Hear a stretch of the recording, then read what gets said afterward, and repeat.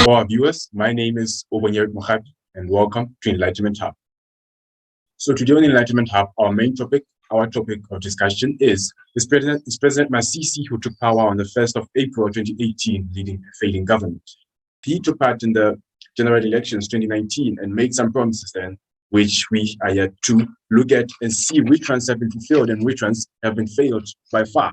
And we also are supposed to look at how much progress has been made, because his term is not over yet. There's still some years left for him in power. So let's go straight and look at the promises that our current president made during the 2019 elections, and even before the elections, that is after he got the presidency. So here on our list, the first promise that President Masisi made was to create 100,000 jobs. That was in 2019. Another promise he made was to improve conditions of service for workers. He also promised to focus on youth employment. That is in 2018, after he got into the seat of president. He also promised to attract investors to our country. He promised to ensure economic diversification, that is for citizens to set up industries. He promised to defeat corruption. He promised to create a more inclusive Botswana. He promised to conserve and manage wildlife. He promised to transform education. He promised to transform health. He promised to establish and maintain a good foreign policy. And then lastly, but not least, he promised to fight violence against women and children. So looking at all these promises, we can go to each and every one of them, assess and look at which ones so far have been successful, which ones will or are promising to be successful, and which ones are we hopeless on. So while looking at whether a president has failed you, whether a government has failed you, we need to look at the following things. We need to look at the role of government. You know that government has roles. We need to look at the role of government. And here today in particular, we are talking about the executive. We are focusing on the roles of the executive branch of government, which comprises of the president himself, the vice president and the cabinet, that is the ministers and assistant ministers that he, the president, appoints. That's the role of government, the executive. That's section 30 to section 56 of the Constitution of Botswana, which outlines their roles and outlines how they are chosen, etc. Now, we also have to look at the successes of the government. We have to look at the failures.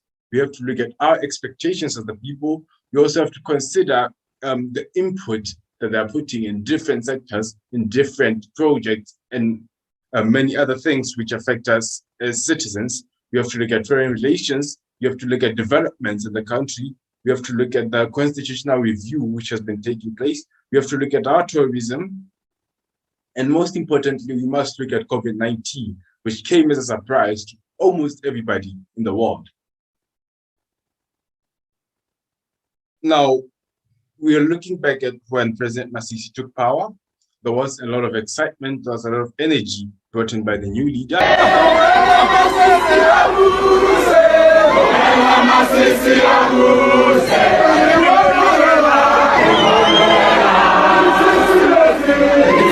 And he himself stated that in an interview, he stated that his legacy is a legacy of profound transformation. That's what he wants to live. That's what he wants to leave behind for all of us. That's how he wants to be remembered, with a legacy of transformation that is changing the country, changing Botswana to be a better country. He also talked about removing barriers or any doors which are unlocked for Botswana, that is to open up opportunities, to open up many different things, many unexplored sectors, many unexplored talents, etc.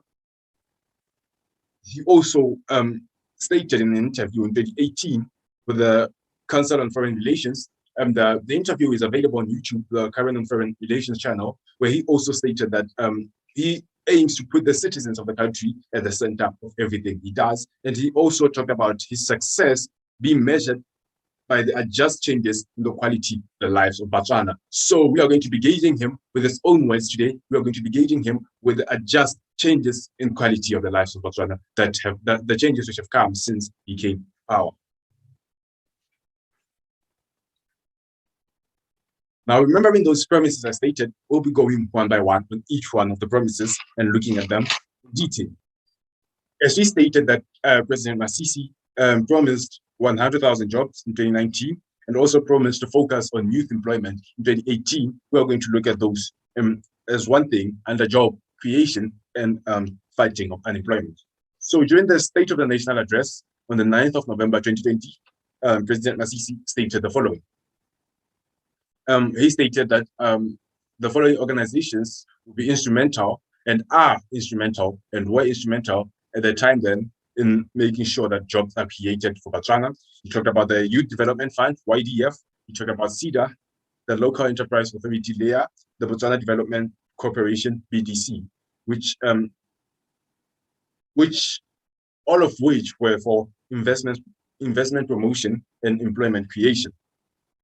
Now, during this State of the National Address on the 9th of November 2020, he stated that SEDA had assisted 3,873 micro businesses and protected 4,066 jobs from the COVID-19 impact, because we know that after COVID-19 came, some businesses closed, some businesses had no market, lockdowns came, and it was terrible for the economy. And the same State of the National Address, he stated that during the 2019-2020 financial year, 975 youth-owned businesses were financed, creating 1,918 jobs. That still brings us to one of his promises of economic diversification, that is for citizens to set up industries. So funding these businesses is a success in that promise of economic diversification, although we will later discuss on the success of these businesses, which is quite questionable. He stated on the same State of the National Address that the Fraserstown Academic Hospital, which was opened, had created 270 jobs. He stated that 160,962 youth underwent skills training. We stated this under the jobs category because we believe that skills, as the youth are equipped with skills, it gives them a better chance of finding employment. It also enables them to be able to start their own businesses. Although there's 160,962 youth are not exactly people who are employed, but they're equipped with skills, which is something to be appreciated and recognized. Also, he stated that 16,326 youths were in volunteer programs, which I believe is not really an achievement we can say is commendable. We need youth to be employed. We need our youth to get jobs, well-paying jobs, so that they can support themselves and their families, not to be in volunteer programs, but it is something. They are doing something. 8,457 youths were absorbed as interns. That is what is stated during the State of the National Address on the 9th of November 2020. It was also stated that 1,954 jobs were created through the YDF Youth Development Fund program. In the 2019-2020 financial year, SEDA funded 2,127 businesses. As they find businesses like that, I believe we can all agree that it's an opportunity for those who are being funded. It gives them an opportunity. They're employing themselves as such, and also they will employ others as their businesses grow. In total, 3,883 jobs were created during the 2019-2020 financial year. Remember that he promised 100,000 jobs in 2019. And during the financial year 2019-2020, 3,883 jobs were created. Now, between April 2019 and June 2020, the Botswana Investment and Trade Center promotion drive is said to have created jobs, about 4,382 jobs, which is commendable. And then we also have the SPEDU, Sidibe Pikwe Economic Diversification Unit, which is expected to complete the construction of the Industrial Urban Agricultural Land Servicing Project on June 2023.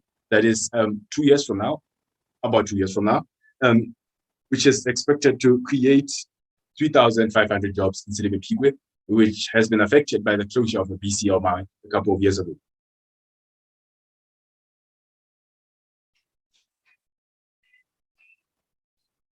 Now we are going on to the second promise which is made, which is improvement of service, of conditions of service for workers in the country.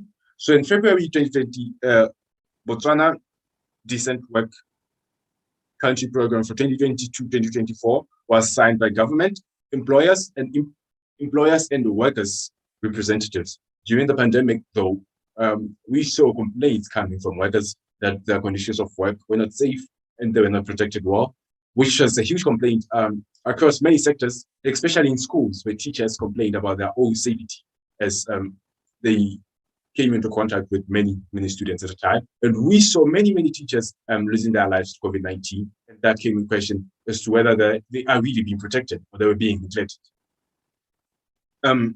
Our next thing is the promise to attract investors to Botswana. So still in the State of the National Address 2020, 9th of November 2020, President Masisi stated the existence of Special Economic Zones Authority, SEZA, which is said to have had 15 potential investors with an estimated investment value exceeding 10 billion pula. I think that was quite great. 10 billion pula and these 15 potential investors. I believe that such people would bring quite a lot of jobs for our people, for our youth who are unemployed, and for our graduates who are sitting at home with qualifications and no employment.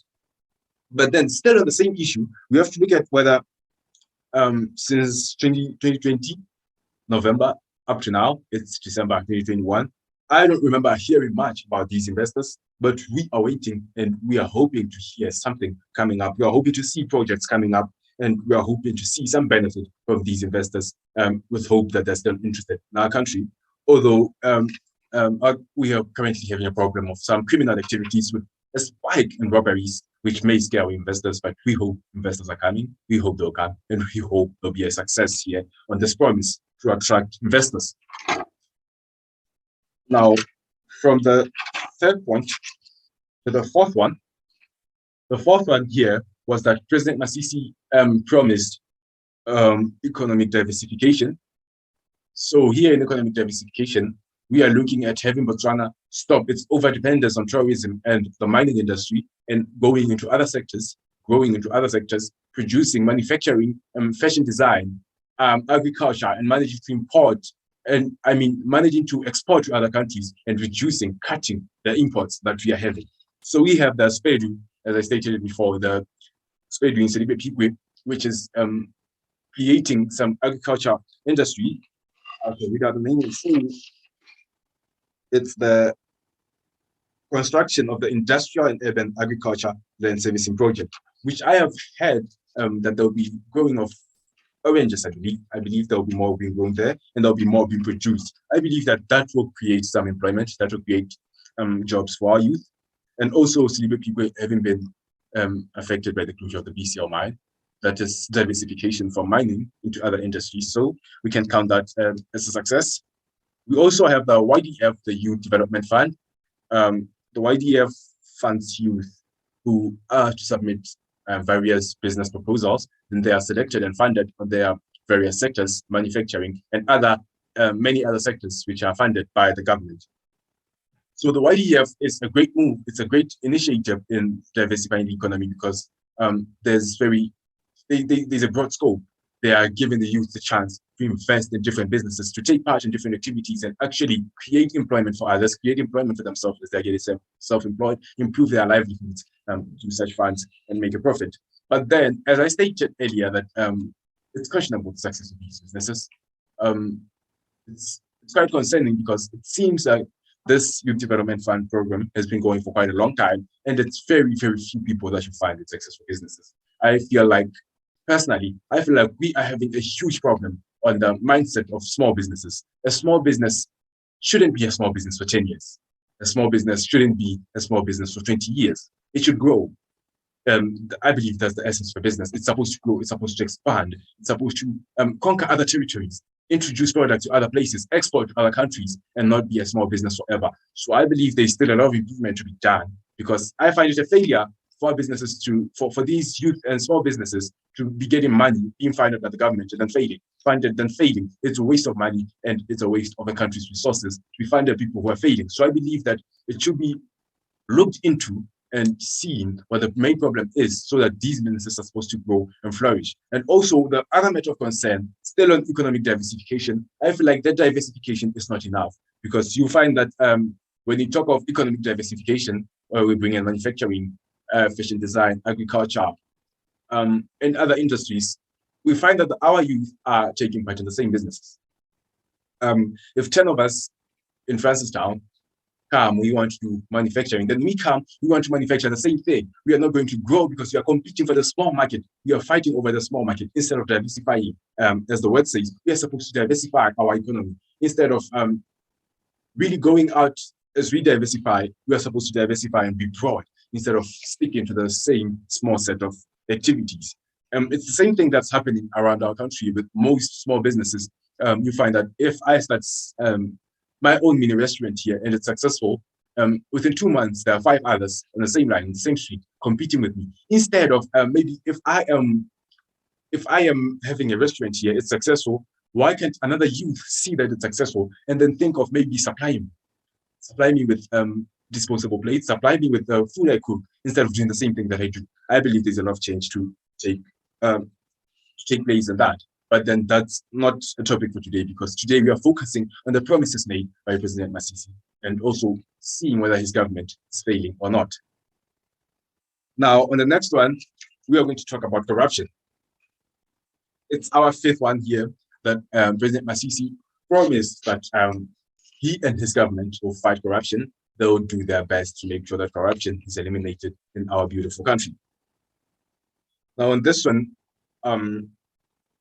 in the beginning of his reign as president, it was seemingly notable that they were having aggressive efforts in fighting corruption, which was commendable. They really, they showed all of us that they are willing to fight all they have in fighting corruption, and they made aggressive efforts. Although high-profile cases in this fight against corruption have been viewed with some controversy, questions asked, and there were matters of debate. A good example is the butterfly case, Ms. Maswabi, a case which has been recently dismissed as fabricated and false, I believe because of lack of evidence. But then there was some fight in there. But then it's still a matter of debate to whether this fight against corruption is being a good fight against corruption, or is it just being used as an excuse to fight some other battles that are not corruption, which we'll get into. So this case also involved the former President Khama. It involves the South African businesswoman Bridget Motsepe. We had this 100 billion pillar case, which in its inception, it looked like a great start in fighting corruption, because we didn't know what was happening. I mean, we were not in a position as the public, as Botswana, to say, no, they didn't steal the money, no, they didn't launder money, they didn't do this. But also we weren't in a position to say they did either.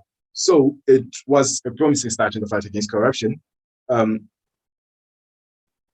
also looking at it, it was essentially fighting corruption from the top. It has since become a matter of debate, this case, because it really has brought our country to a state of instability, which we are to get into on later videos. We'll discuss the instability going on in our country on later videos. Also, we had the declaration of assets by public servants and including members of parliament, which was a good move in helping curb corruption.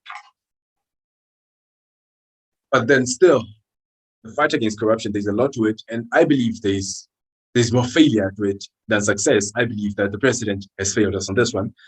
Concerning corruption, the DCEC and DIS, they remain in question with their effectiveness because of the links to the office of the president.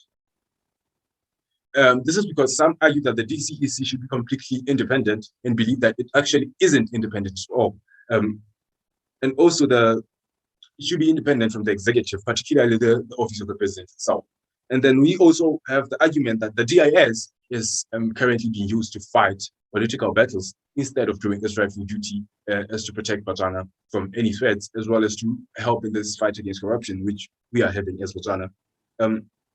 It is widely believed, as we speak today, by most Botswana that the DIS is being used to fight political battles, something which we are not sure of, because most of the cases in question, the cases including the likes of Isaac Posi, the allegations including the likes of former President Ian Khama, I believe that as the public, we are in no state to judge the outcome of these cases because we do not know the facts yet. They're not before the courts haven't passed judgment yet.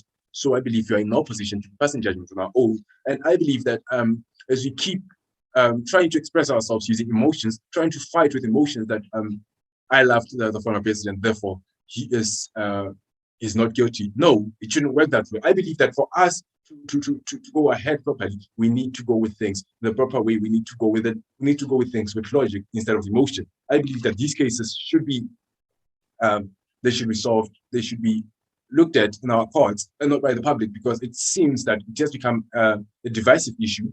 Tribalism and all that starts to arise slowly, and it's really concerning that our country will be soon in turmoil, which we do not want at all. We do not want to find ourselves in a country without peace. We don't want to destroy our beautiful peace, the pride of our country. Yaanong potso ke gore o ka kgona jang go lwantsha tshenyeso setšhaba ha wena o le moanelwa mogolo kana moamegi mogolo, mme ebile makgotla a thothomiso le bosekisi jaaka DCEC, DIS, DPP, Ombudsman le FIA a le ka ga tlase ga ofisi ya gago mo taolong ya gago? Ke tsaya ke re ke re motshego a ile gore ke mmona sentle dipego tseo ke di bone mo dipampiring di re ke neetswe madi ke CMB, ke tsere madi ko a ke a utlwa chopise, mme ke tsere madi ko ga the NPF.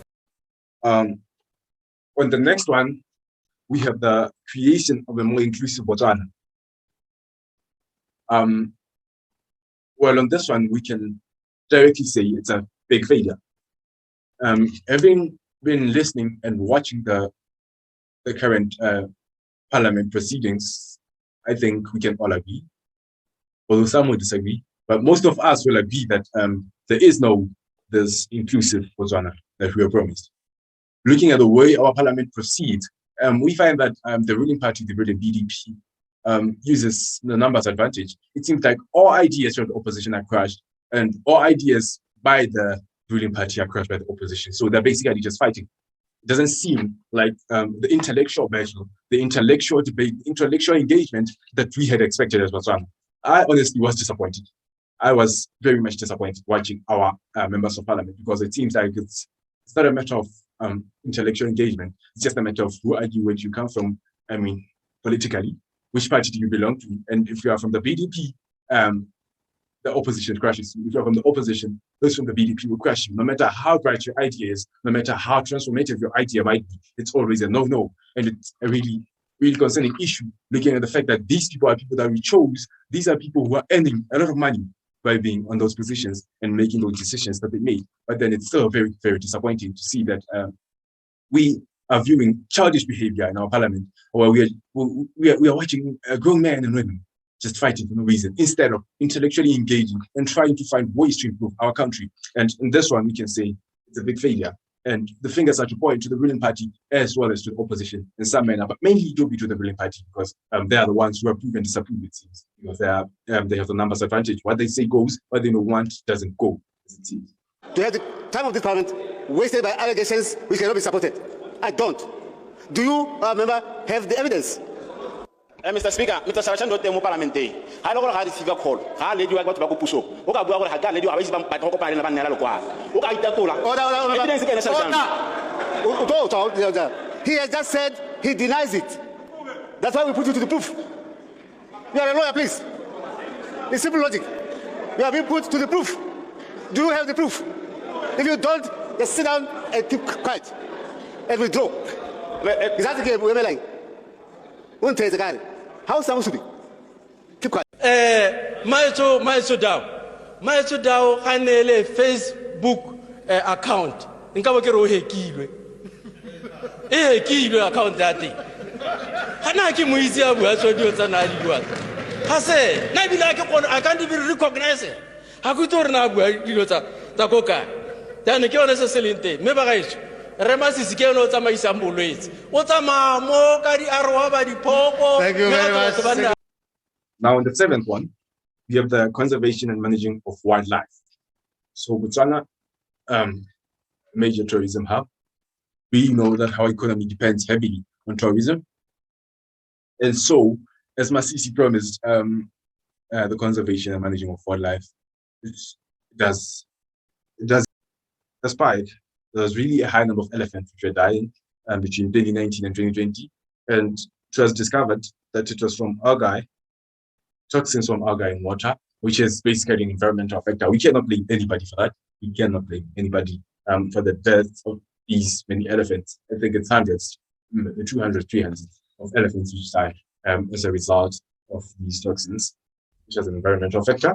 But then still in the conservation and management of wildlife, there's been a very huge problem.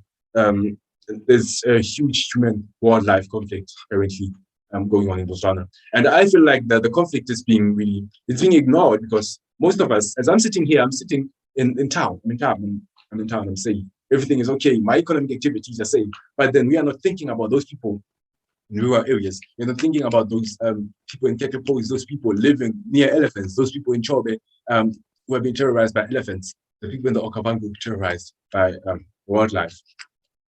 So I feel like this human-wildlife conflict is not being given enough attention, and I believe that it's a case of mismanagement. We need a government that will come to us, a government that will actually come up with some solutions to such problems because they are seemingly ignored, and we need solutions. Lions are taking cattle, and it's concerning. Farmers are crying; they are losing cattle.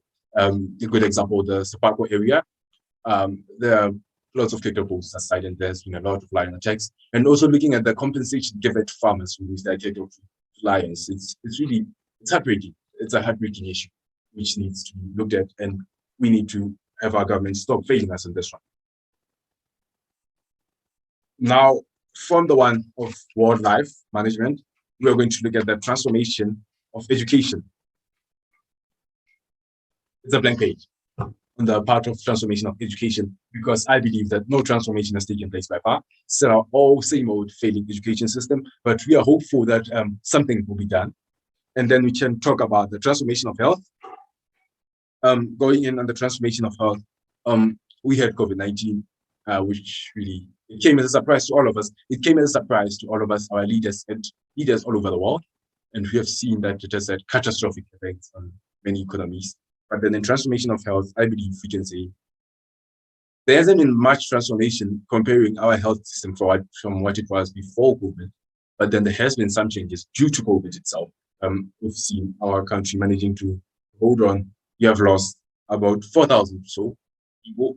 We've seen our country managing to hold on. We've seen some health facilities being availed. Although there was some shortage of oxygen, which was hinted some time back, which I believe can still go back to the matter of economic diversification, that during this COVID-19 pandemic, it was an opportunity. I believe we should have had more jobs created because industries were there, masks were being needed, we needed sanitizers, we needed oxygen, we needed more products for patients in hospitals. There was a lot that is needed, so I believe we should have capitalized on that and even went to the extent of exporting. But we did not.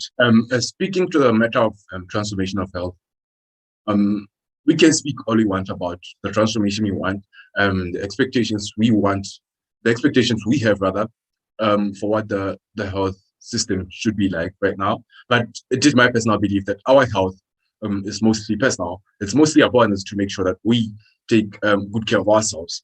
Looking at the amount of money being spent per year by the government in providing medication for all of us, I believe that our health system, it does have room for improvement. It should improve, but it's fair. It's a fair health system and everything is free. We are supposed to take care of ourselves and make sure we stay healthy. And not point fingers on this one. It's our responsibility. It's our duty. It's our health. Thank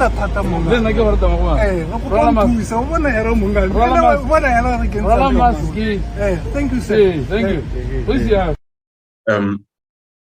on the next promise made by President Masisi, it was to establish and maintain a good foreign policy, which I believe we can all attest to. The man has been flying out of the country lots of times. He earned himself a name for it. He earned himself a name for flying. We know him as the best friend to his jet.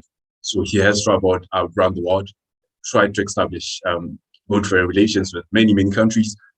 Also, as he says himself, that on these trips, he is also trying to represent us. He's trying to get investors to come to our country and invest in us, help create employment and help improve our country in general.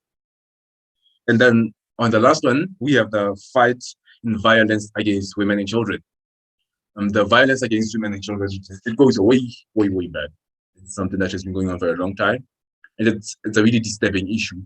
It seems in this era, in these times, there's still people who still do these things. But it does make you question a lot about humanity. These issues of violence against women and children.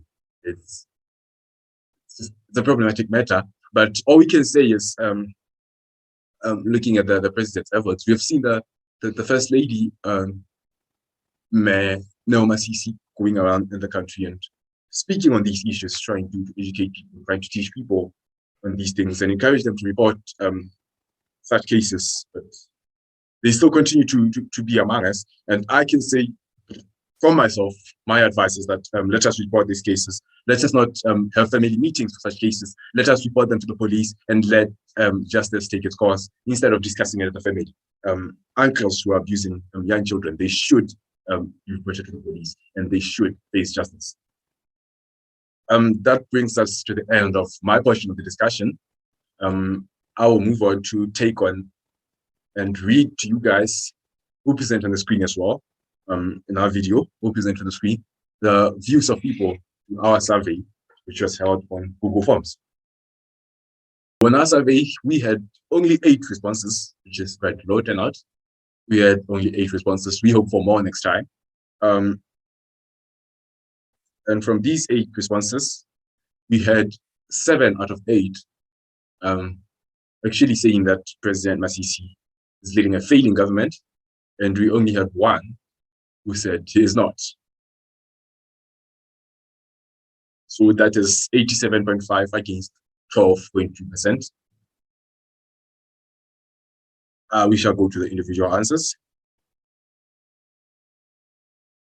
Before we go on to the answers, we'll go to the age range. So the range of ages of our 8 respondents is 17 to 33 years old. So we'll start with the first one. And the first one, do you think the current government is a failure? Our respondents said yes, and we had to ask for an explanation as to why they believe that the current government is a failure. And here's the response. The president of Botswana, even though he claims to be a very open president about his ideas, there are some decisions which are questionable for many reasons. It does possess the question whether he's doing these decisions for Botswana or for himself. You can leave your views on these comments in our comment section, your views on our survey answers in the comment section. So the next one is, what do you think can be done by the government to improve the country's problems? We actually had a problem with this question because we only realized it before recording that we had actually made a grammatical error, which we apologize for to our respondents. We said, what do you think can be done by the government to improve the country's problems? We have since made an edit. What do you think can be done by the government to solve the country's problems instead of improve the country's problems? Our first respondent just said he has to make a lot of strides on taking second and third opinions from people who are in the opposition party to get a much wider perspective on the things he does. Thank you to our respondent. I don't think we would mention the names here, but thank you very much for taking part in our survey. And now our second respondent, do you think the current government is a failure? The answer is yes, from our second respondent, and then here's why. Personally, I feel like the government has made a lot of bad decisions in relation to how they dealt with COVID-19. The lack of planning and thinking has been absolutely pathetic and embarrassing. The next one, what do you think can be done to solve the country's problems?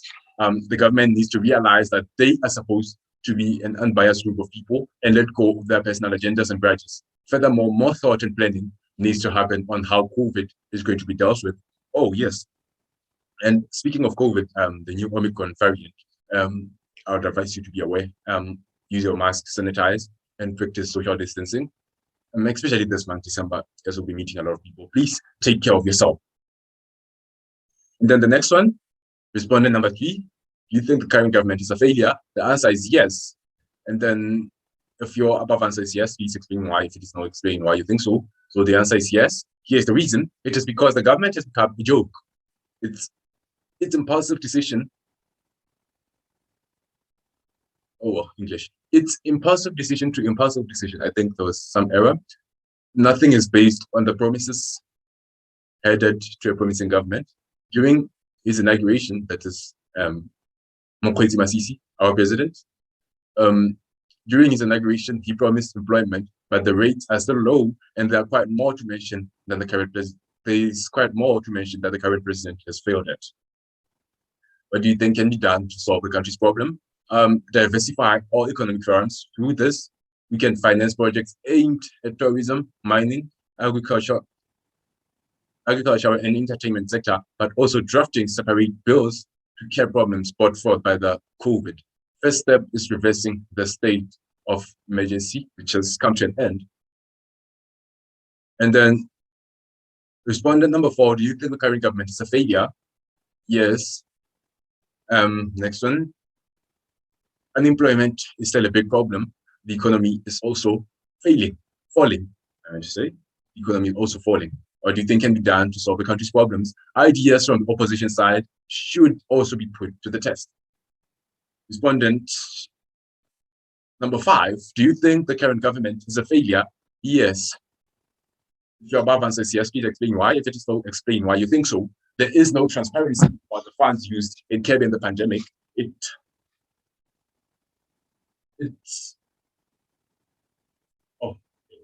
took them long. I don't know what that means. It took them long to get people.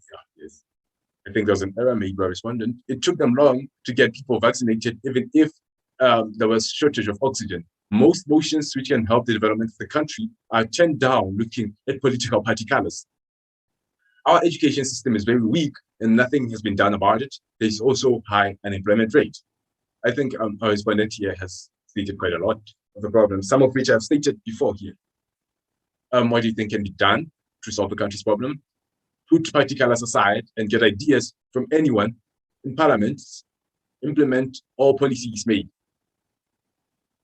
Thank you very much. Number 6, respondent number 6, do you think the current government is a failure? Yes. And why? The president is not doing anything to benefit the people. All that he has done is to look out for his interests, and he encourages tribalism with his acts. What do you think can be done to solve the country's problems? The president must step down. As a matter of fact, they should all step down. Okay, moving on to the 7th respondent. Do you think the current government is a failure? Yes. Why? There's too much corruption. What do you think can be done to solve the country's problems? To sack corrupt people, get rid of corruption, then you would have taken care of most of our problems. That's respondent number 7. And now you're going to our final respondent. Do you think the current government is a failure? No. Why? Doesn't seem to have given any answer. I do not know. I have no idea what this means. It's 2, 4, 5 C's. That means explain.